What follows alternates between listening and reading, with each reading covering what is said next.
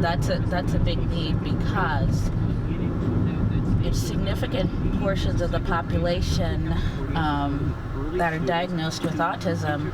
They are unemployed, they are underemployed, they would like to be gainfully employed and contributing to society, but the structures and the supports aren't there that would allow them to do that. Yeah. And there are a whole lot of autistic adults who are like, hey, we are not bumps on a log, we do have brains, they work really well, and we can do stuff. Remember, you can have a family of 5. One suffers from autism, it turns into a family disease. Exactly. It doesn't just affect the one autistic person. You know what I'm saying?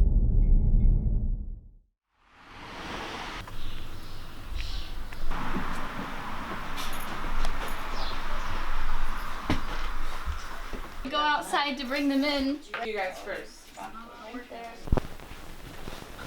It's in this stack of stuff somewhere. Eat it. Okay, let's go upstairs to our room.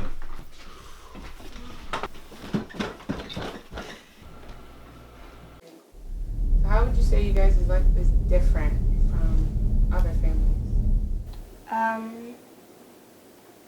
We have to have our kitchen under we have to have locks on the fridge and the cabinets so that Isaiah doesn't get into stuff. We also have to lock our rooms. A couple years ago, he would just pour stuff all over the kitchen. And I remember I had one of my friends over for the first time, and she was like, why do you have locks on all your stuff? And I was like, oh, don't worry about it. Yeah. So Isaiah's my second oldest, and right after Ethan was diagnosed, we're at the doctor's office okay, his brother's autistic. He's 18 months old and he hasn't said a word that we can understand. Yeah. Should we be concerned? Yeah. So tell me your name. Ethan Pierce. Okay. And are you the oldest? Yes. You're the oldest of how many? 5. 5. Okay. Are you different from your brother? Mostly. How would you say you're different from him? I'm usually laid back. Laid back. He's energetic. Mm-hmm. What is one challenge you have throughout your day?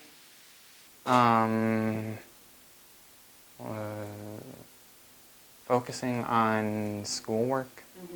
There is a lot of distractions. My younger siblings getting into fights and arguing, and Isaiah getting excited. Sometimes he slams doors. The doctor really hadn't seen very many cases. He was not very experienced in this, and he wanted to send us to specialists. He was very our primary care doctor anyway was not very familiar with any of this, so he didn't really want to do anything at all. Isaiah, come here. Careful. What are you doing, buddy? I need you to go upstairs and chill. Thank you. So I was just trying to be hey, there's all these different categories. He did not go upstairs.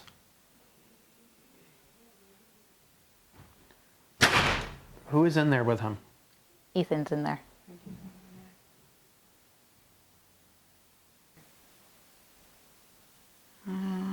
It's quiet. No, we can't do that. This is Isaiah Pierce. Tell us about Isaiah. What is Isaiah like? What do you like, buddy? You like to watch cooking shows? Yes?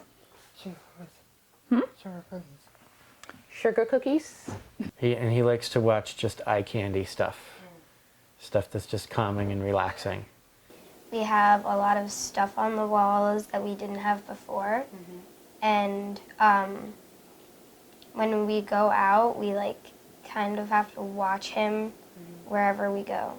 Sometimes when we're like in a when we're in like a store or something, he'll just like lay down on the floor and people start looking at him weird. How does that make you feel? A little embarrassed, but like I'm fine with it. It happens all the time. We could never like have the perfect TV household. Like, it's just not possible. I mean, I've kind of accepted that. I wouldn't want a perfect TV household anyways, because I'm just about as messy as they are. So, Yeah. life in general, nothing's ever going to be perfect, but especially when like your family members have disabilities and other people look at them differently, perfection is never going to happen. Do you find yourself striving sometimes for that perfect? No. Or I gave up on that a while you gave ago. up on that? Yeah, in situations that have the potential to be kind of stressful, Like his voice actor? breaking it down, putting it down on paper, or using a picture schedule, that helps to disengage that fight or flight emotional response system. Excellent, we're in agreement. Thank you for being patient and communicating with me. I should have clarified that we wait here. Awesome, thank you, buddy.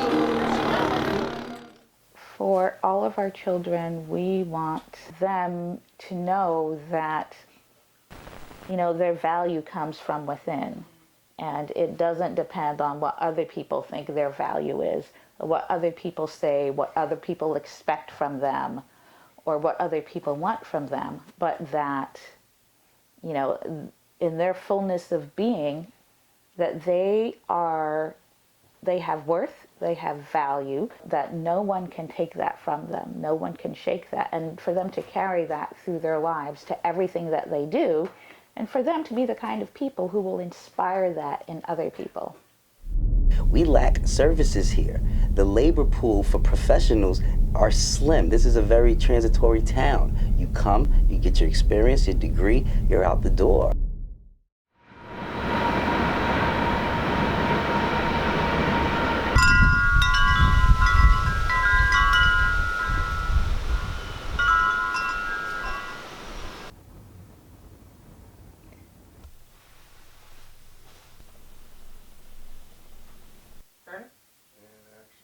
Okay.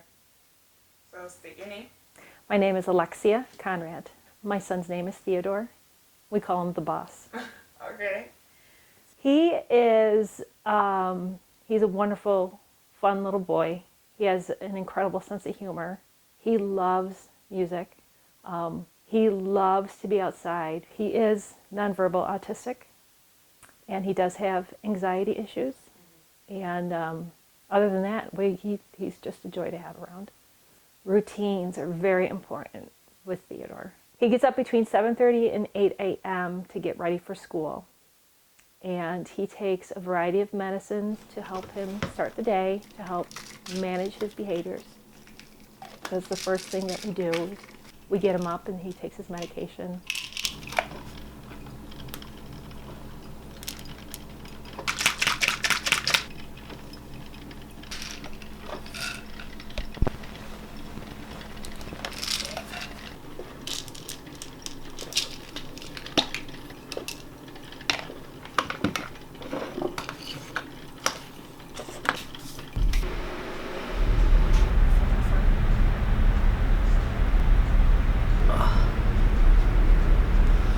There you are.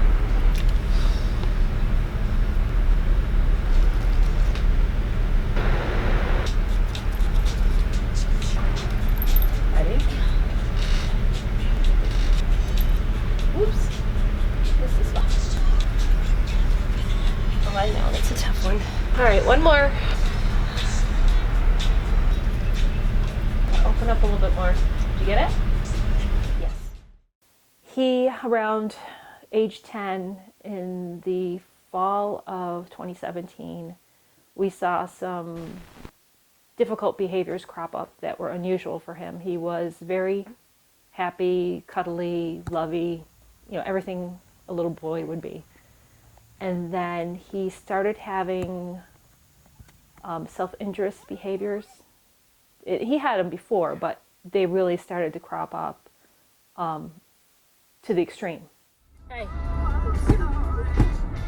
Theodore!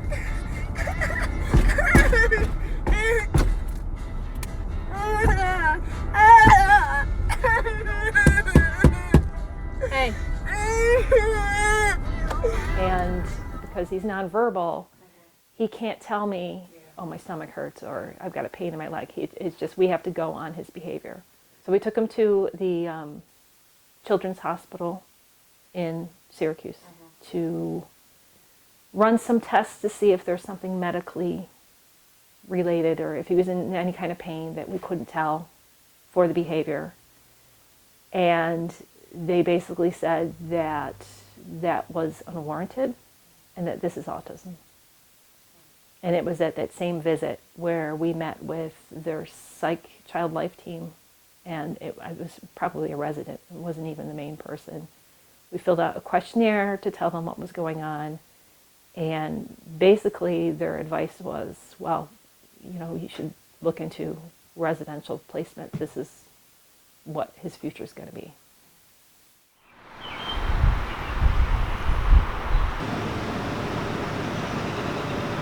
Hey. Okay.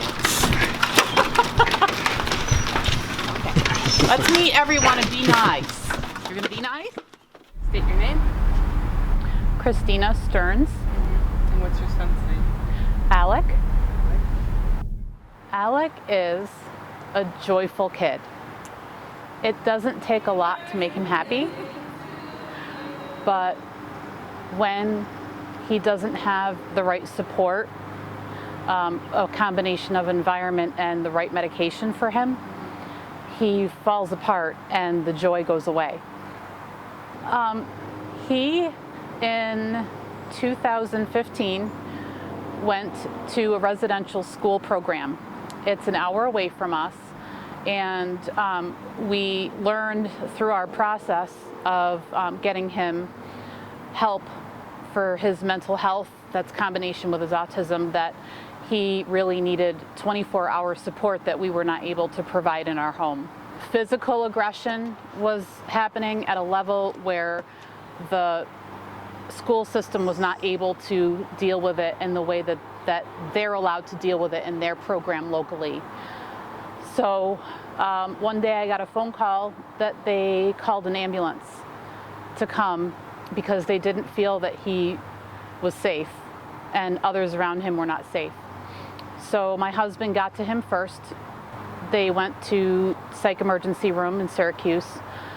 I got there and they would not treat him without me being present.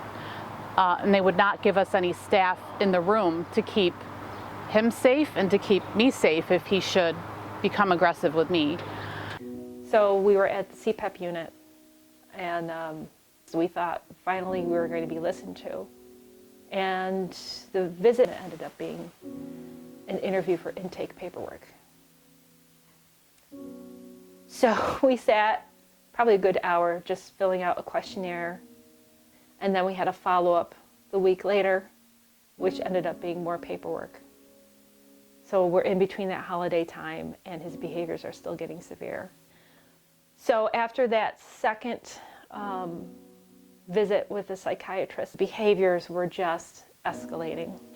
And he put holes in our wall. He broke window panes. We were at a breaking point. And I brought him to our pediatrician one more time thinking, okay, maybe he has, I don't know, an ear infection, or maybe he has strep because he's done this before with strep. And the pediatrician gave him a look over and he said, there's nothing here that I can see. And he actually said, let's try, I think it was Depakote, to see if we can just get him to calm for you. And he said, please don't bring him back to the hospital. We'll try to calm him for you. And we got home from that visit, and that night, I think it was like a 24-hour cycle where it was just constant meltdown. I ended up giving him the medication that our pediatrician had prescribed and sat with him in his room.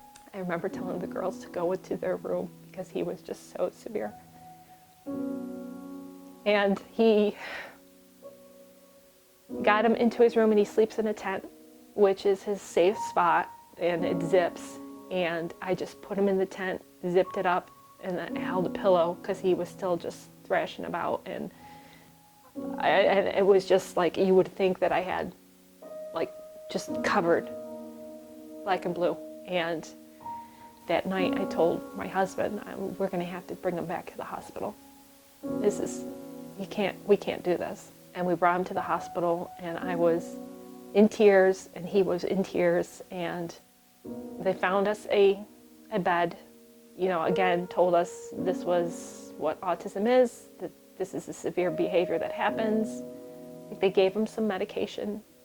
But when we saw the psychiatrist again, the team there, they were like, you can go home. And I basically had to argue with them, and like, I don't think that's safe. We can't go home right now. And they were about to discharge him. And he stood up in the bed and tried to leap out of the bed. So I had him basically over my shoulder, and I was crying for the nurse to come in and help. And I don't even know who came in the room, but they were like, what are you doing with this child? Because he was over my shoulder and he was biting me. And I'm like, I'm not doing anything. I'm trying to get him back in the bed. This is what we see. So they came in, they sedated him, and then they admitted him. We spent 2 days in the ER, gurney, because they did not have a room for him. They finally had a bed open up in the children's ward. So we were sent up there, so we at least had a room, but we still, he was sedated and in a bed. That was the solution. It was a very long 24 hours, and for the first time we were prescribed medication for him, and we noticed that the medication was helping him. When we took him home, it all fell apart again. So he needs this combination of a highly structured environment that's not common for a regular house, with the right medication. I wish that we had a local hospital for the kids who don't need to be residential, who don't have that weekly psychiatry support that we have. I think that a city like Syracuse should. I don't know what the future holds. I don't know what the future holds for my typical children, if you will, but as long as he's happy and he's safe and he's with people who love him, that's all I want. Okay, can I cry now? Yeah. You did great. You did so great. Come here.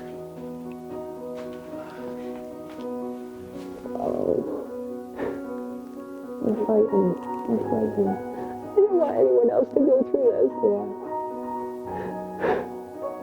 I just want to help. And that's what we're doing. One step at a time. Thank you.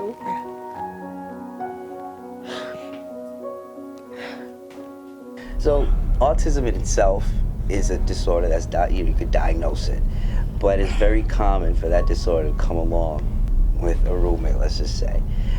It could be whether it's agitation, anxiety, most likely anxiety, it could be depression. You know what I mean? So you have to be a good listener, observer, as you sit in this interview and get good collateral information from the family. You know, you got to also highlight the positive, the strengths of the autistic individual, not only the deficits. But they do go hand in hand, but more importantly, there's also physical symptoms. You know, the studies are concrete. There's a lot of GI issues when it goes along with autism. Another study is gender dysphoria in an autistic population. A lot of autistic individuals, depending on their, where they at developmentally, they start thinking they want to have a sex change. They get confused. And if you're not listening and if you're not well read on these disorders, you might start diagnosing gender dysphoria and having them go through the process of, changing sexes. But no, and I've had a couple of clients like that. So you got to take your time and explain to them. You may have a passion for the opposite sex, but it doesn't necessarily mean you want to become the opposite sex. So there are a lot of variables that come with the autistic diagnosis. In my opinion, doing my job, it's very rare to be like, okay, you're autistic, that's it, that's where the buck stops.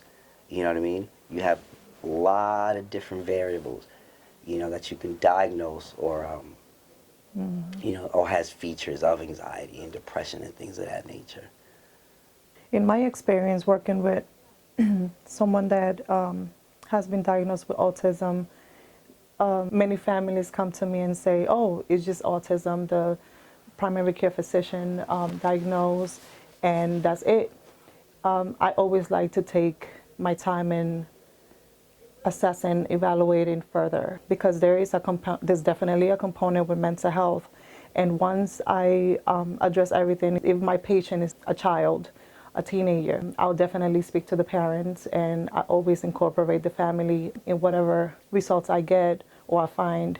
And I explain to them that, yes, the child may be diagnosed with autism, but if there is depression, if there's anxiety, if there's any other contributors, we're definitely going to target each and every one to make sure that the client is stable, and also bring the family into the session at times, because they need to implement that at home as well, for the client to get the full, view and service. So they could, whatever I'm working with them, the parents, the family members are working with them as well. We lack the labor force, the resources, the services. We just don't have them. If I had a magic wand, every autistic individual will have their one-to-one in their home to provide therapy, sensory. It'd be a perfect world and everyone would have one. But it just doesn't work that way. And the reality of it is, it does come down to dollars and cents. What's reimbursable? What's the insurance going to cover? Nothing moves unless money is traded. That's just the reality of it. Sitting for their appointment, I had out like grant proposals I was reviewing and taking notes on, best practices. Okay, do this, do that. Don't do that. That's not going to work. And identifying where there are still gaps in the services for people with autism and developmental disabilities here in Onondaga County. And there are still a lot of unmet needs.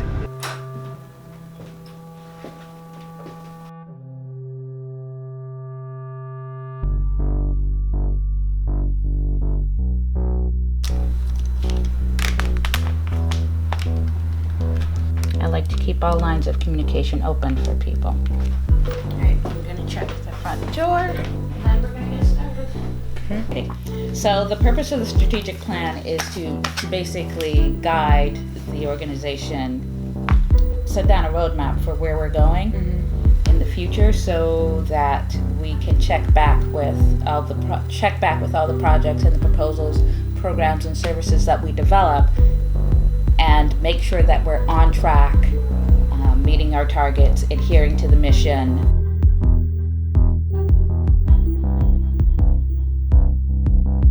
Sanchia.org Callender Inc.